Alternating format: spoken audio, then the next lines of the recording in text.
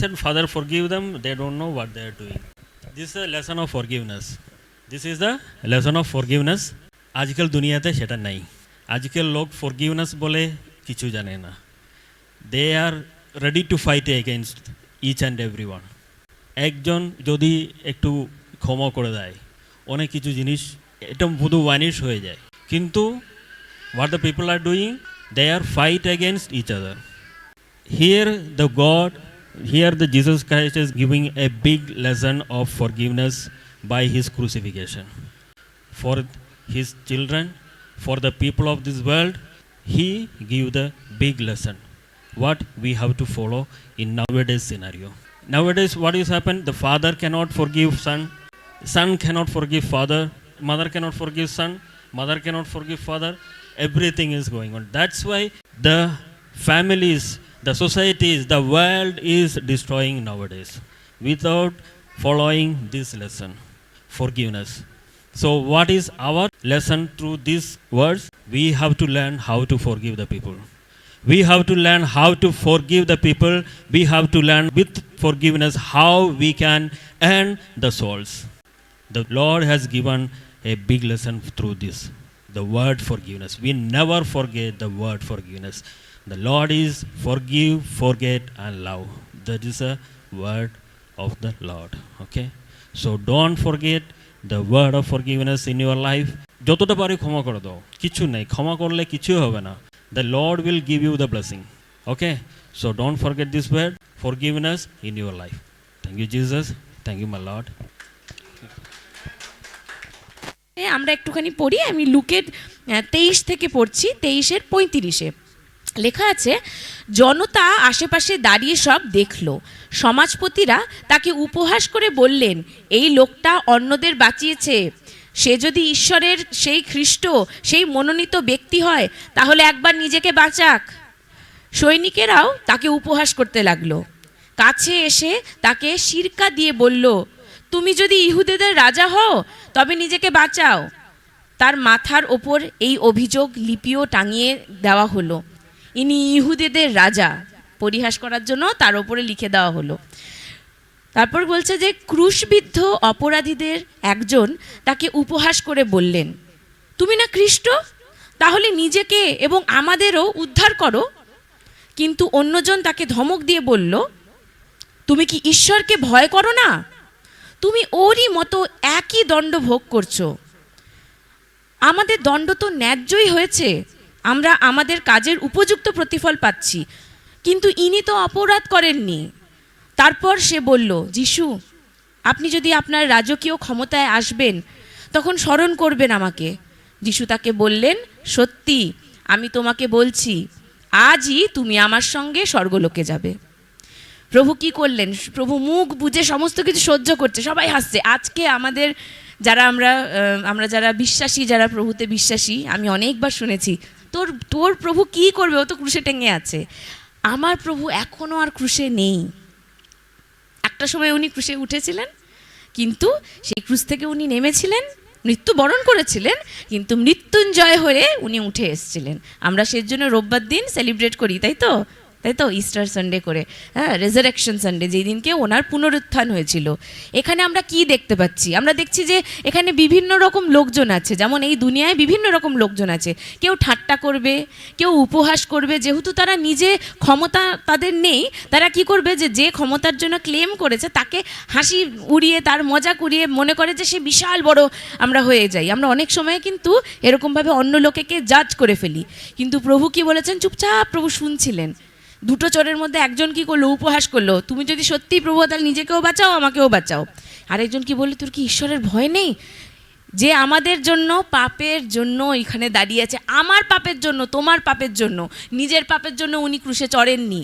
উনি নিষ্পাপ নিষ্কলঙ্ক একটা এমন বলিদান যাতে কোনো দাগ ছিল না। তিনি সমস্ত দুনিয়ার পাপকে নিজের ওপর নিয়ে কুরূপ হয়ে আমাদের জন্য, তোমার জন্য, আমার জন্য উনি ওই ক্রুশে উঠে নিজেকে বলিদান দিয়েছেন, যাতে আজকে আমরা অনন্ত জীবন পাই, যাতে আমরা ওই শাস্তি যা আমরা পাপ করে থাকি প্রতিনিয়ত, সেই দণ্ড যেন আমরা ভোগ না করি। তিনি উঠে ওখানে নিয়েছেন। কিন্তু তার জন্য কে পাবে এই পাপের থেকে উদ্ধার?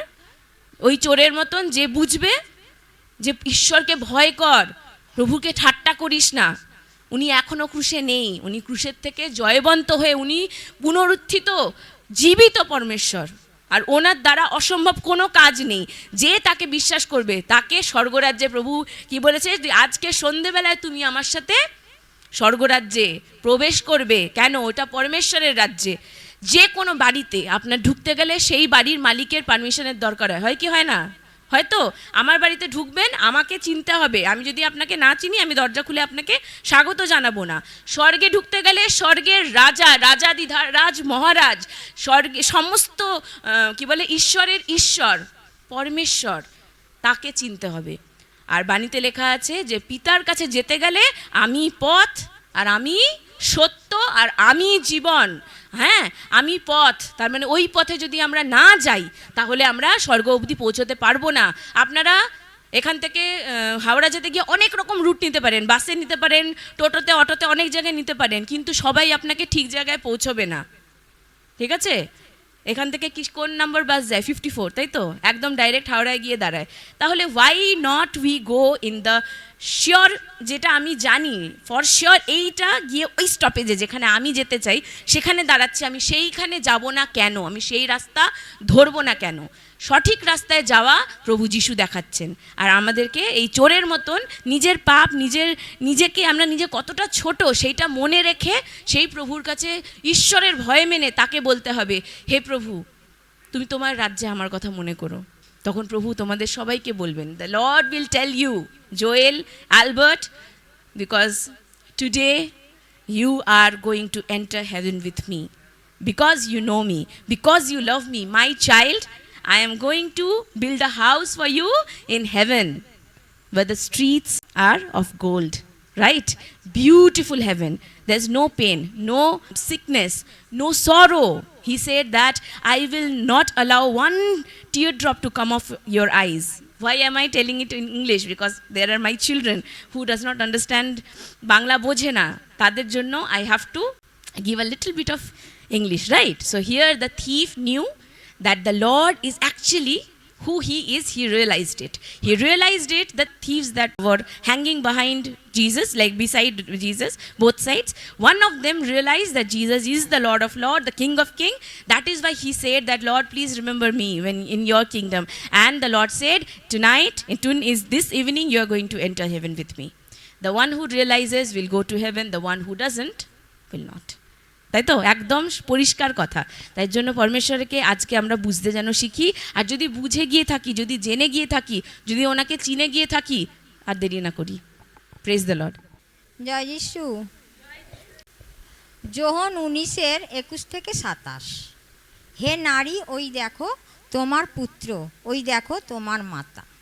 যিশু জগতে থেকে কত কর্তব্য করেছেন, মায়ের দায়িত্ব প্রিয় শিষ্যকে দিলেন, কিন্তু আমাদের ছেলেদের আমরা মানুষ করতে পারিনি।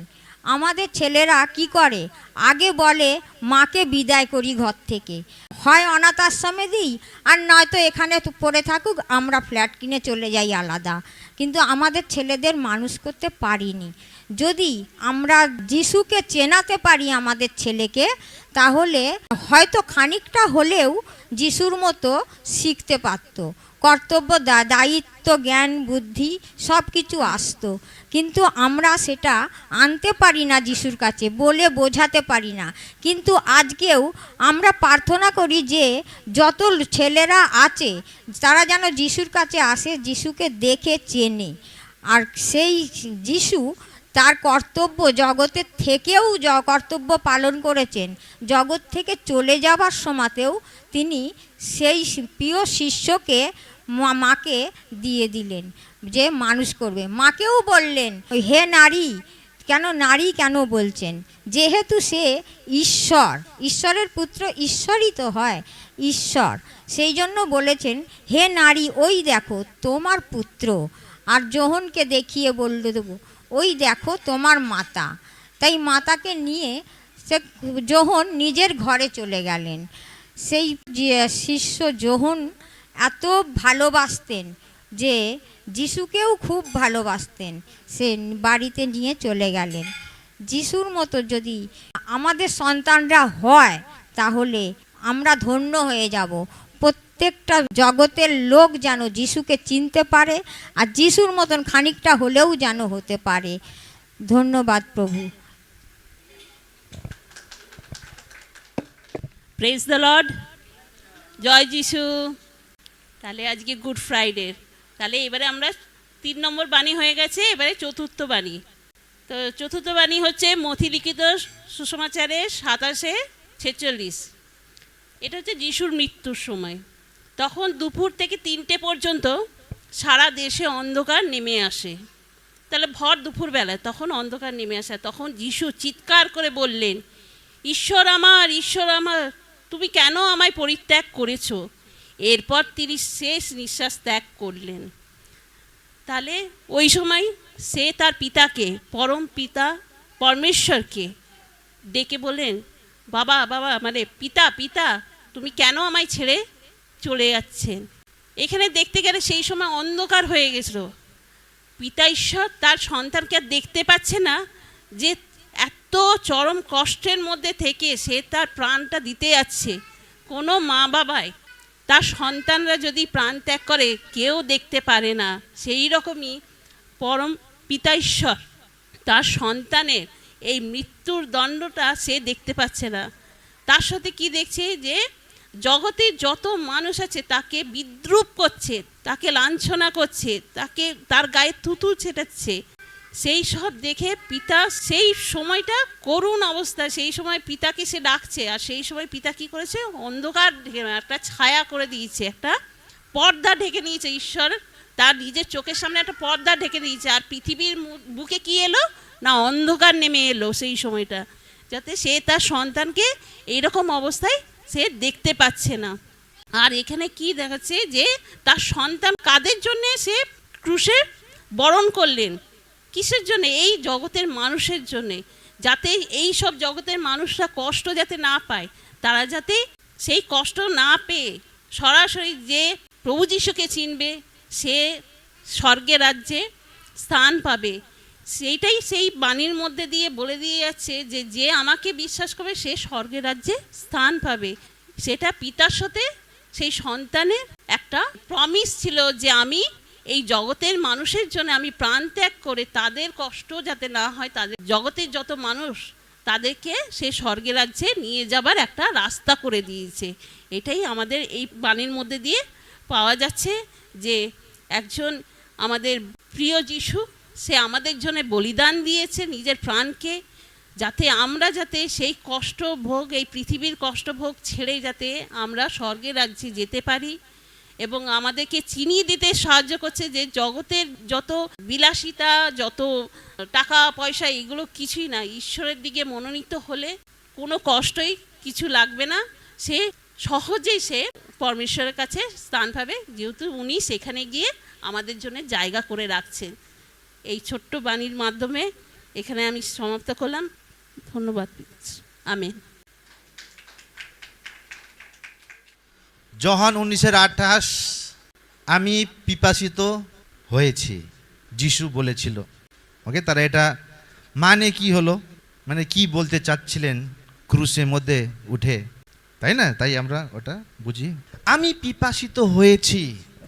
এখানে একটা তো শারীরিকভাবে একটা পিপাসা দেখায়, যে এতক্ষণ ক্রুশের মধ্যে লটকে আছেন, তারপরে যে শরীর থেকে জল, রক্ত সব, মানে এক তো পুরো চাবুকের মার, সকালবেলা পুরো চাবুক খেয়েছেন, পুরো রাত জ্বর আসছিল ওনাকে, মাথায় কাঁটার মুকুট আছে, দুটো হাতে পেরেক, দুটো পা এরকম ফোল্ড করে ভাঁজ করে, ওখানেও একটা পেরেক, এই যে এরকম।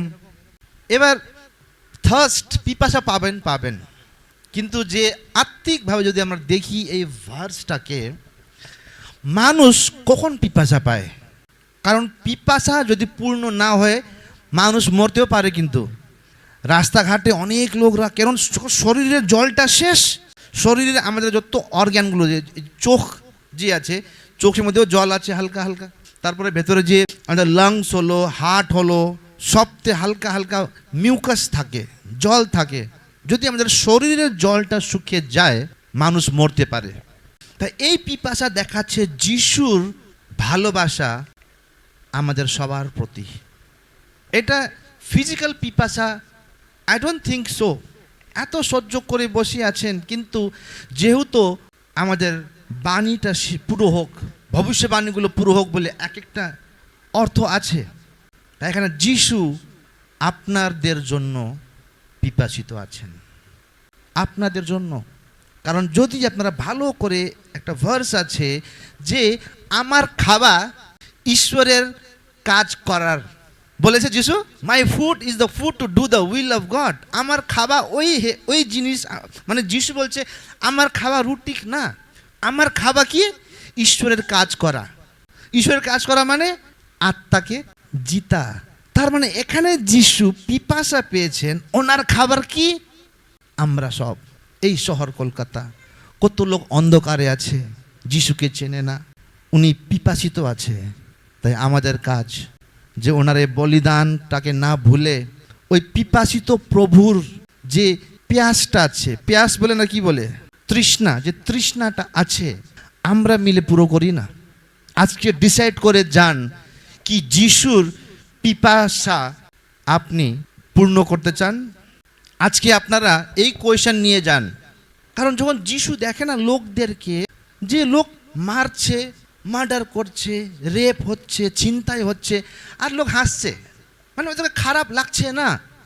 People are doing bad, they don't feel bad. কেন? ওদের জীবনে যিশু নাই। তাই যেরকম যিশু বলেছে যে আমার খাওয়া ঈশ্বরের কাজ, রাজ্যের জন্য কাজ করাই আমার খাওয়া, ওইটাই আমার তৃষ্ণা, আমার খিদে, ওই জিনিস ঈশ্বরের কাজ করেই আমি পূর্ণ করতে পারবো। মানে যিশুর ওই পিপাসা ছিল, যত আত্মাগুলো হারিয়ে আছে, ওই হলো যিশুর পিপাসা। ওই আত্মাকে যখন আমরা নিয়ে আসি প্রভুর কাজে, তাই না? প্রভু যখন বলেছে যিশু যে আমার কাজ, আমার খাওয়া ঈশ্বরের কাজ করা, আমরা যদি ঈশ্বরের কাজ করে ওই আত্মাকে টেনে নিয়ে আসতে পারি, আপনি যিশুর পিপাসাটাকে মিটিয়ে দিচ্ছেন। তাই আজকে আপনারা ডিসাইড করে যান কি আপনি যিশুর পিপাসাটা শান্তি করতে চান। সবাইকে জয় যিশু। এত সুন্দর একটা দিন দেখতে দেওয়ার জন্য প্রভুকে কোটি কোটি ধন্যবাদ জানাই। এত সুন্দর সবাইকে উপস্থিত করেছে, তার জন্য প্রভুকে কোটি কোটি ধন্যবাদ জানাই। আজকে আমরা সবাই জানি যে প্রভু যিশু আজকে ক্রুশে চড়ানো হয়েছিল। যিশুর ক্রুশে বলা শেষ কথা ছিল যে সমাপ্ত হইল, আব পুরা হুয়া, ইট ইজ ফিনিশড। এর অর্থ হলো এই মানব জাতির পাপের জন্য তিনি যে মুক্তির জন্য যিনি কাজ করতে এসেছিলেন, হ্যাঁ, সেটা সম্পূর্ণরূপে তিনি সম্পূর্ণ করতে পেরেছেন, এটাই তিনি এখানে বোঝাতে চেয়েছেন আমাদেরকে। তিনি নিজের মিশন শেষ করে মানুষের পাপের মূল্য দিয়েছেন, মূল্য দিয়ে চুক্তি দিয়েছেন, আর অতিরিক্ত আত্মত্যাগের প্রয়োজন নেই, এটাই তার মূল কথা ছিল। তিনি বলেছেন যে নিজের কাজ তিনি করতে করেছেন, এটাই প্রভু বলেছেন যেটা আমি পুরো করলাম। একথা বলার পর তিনি ইচ্ছাকৃতভাবে তার প্রাণ বা আত্মা পিতার হাতে সম্পূর্ণ করেছেন। পাপের জন্য বারবার বলিদান বা অতিরিক্ত কোনো চেষ্টার প্রয়োজন নেই, অনুগ্রহের উপর বিশ্বাস স্থাপন করলেই পরিত্রাণ পাওয়া যায়। এ কথা বলার পর তিনি কি করেছিলেন? তিনি তার আত্মা পিতার হাতে সমর্পণ করেছিলেন। তার কথা ছিল 6 নম্বরে যে সম্পূর্ণ হলো, এখন আমার ইচ্ছা পুরো সম্পূর্ণ হলো। এখানেই আমি বলে আমার বক্তব্যটি শেষ করতে চাই। হালেলুয়া। সকলকে জয় যিশু। মহান আমি ঈশ্বরকে ধন্যবাদ জানাই। লুকের 23:46 যিশু চিৎকার করে বললেন, পিতা, আমি তোমার হাতে আমার আত্মাকে সঁপে দিচ্ছি। এই কথা বলে তিনি শেষ নিঃশ্বাস ত্যাগ করলেন। যিশুর এই মৃত্যুবরণ, তার যে মুহূর্তটা, যে নিজেকে ঈশ্বরের কাছে, যে পিতার কাছে যে সঁপে দিয়েছে, দিয়ে এটি যে পরমেশ্বরের প্রতি যে তার অবিচল প্রেম ওর বিশ্বাসের যে আস্থার প্রতীক, এটাই আমাদেরকে দর্শায় যে প্রভুর এই বাণী, যে যিশুর যে এই বাণী আমাদের জন্য যে প্রাণ দিয়েছেন, যে নিজের স্বেচ্ছায় তিনি মানব জাতির পরিত্রাণের জন্য এই যে প্রাণ বিসর্জন দিয়েছেন পিতা। প্রভুকে লাখো কোটি ধন্যবাদ। প্রভু, তুমি না থাকলে আজ হয়তো সেই পাপের বোঝা আমরা আজ নিয়ে বইতাম। প্রভু যিশু, তুমি যোহনের 3:16 বলেছ, ঈশ্বর এই জগৎকে এতই ভালোবেসেছেন যে তিনি তার একমাত্র পুত্র প্রভু যিশুকে দিয়েছেন। যে প্রভু যিশুর উপর বিশ্বাস করে সে নষ্ট নয়, পরন্তু অনন্ত জীবন পায়। প্রভু যিশুকে লাখো কোটি ধন্যবাদ। প্রভু তুমি মানব রূপে এসে, তুমি ঈশ্বরের সন্তান হয়ে আমাদের জন্য মানব রূপে এসে আমাদের পাপের বোঝা নিজের কাঁধে নিয়ে আমাদেরকে মুক্ত করেছো প্রভু।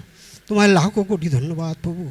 জীবনের এই কঠিন সময় তুমি এমনকি মৃত্যুর মুখে ঈশ্বরের উপর আস্থা রেখে এবং নিজেকে তার ইচ্ছার সমর্পণ করেছো প্রভু। এর জন্য লাখো কোটি ধন্যবাদ প্রভু। তোমার নামে মহানামে ধন্যবাদ করি প্রভু। তুমি আমাদের প্রত্যেককে তুমি ভালো রাখো প্রভু। তোমার পথে চলতে আমাদেরকে সাহায্য করো, তোমার দিশাতে আমাদেরকে নিয়ে চলো প্রভু। আমরা যেন এদিক ওদিক না হয়ে যাই প্রভু, সমস্ত তোমার বানিয়ে তোমার বাক্য বচন অনুসারে যেন আমরা চলতে পারি প্রভু। আমাদেরকে সেই দিশা দেখো প্রভু, আমাদেরকে নিয়ে চলো প্রভু। মহানামে ধন্যবাদ করি প্রভু। পিতা পুত্র পবিত্র আত্মাকে লাখো কোটি ধন্যবাদ প্রভু যিশুর। আমেন।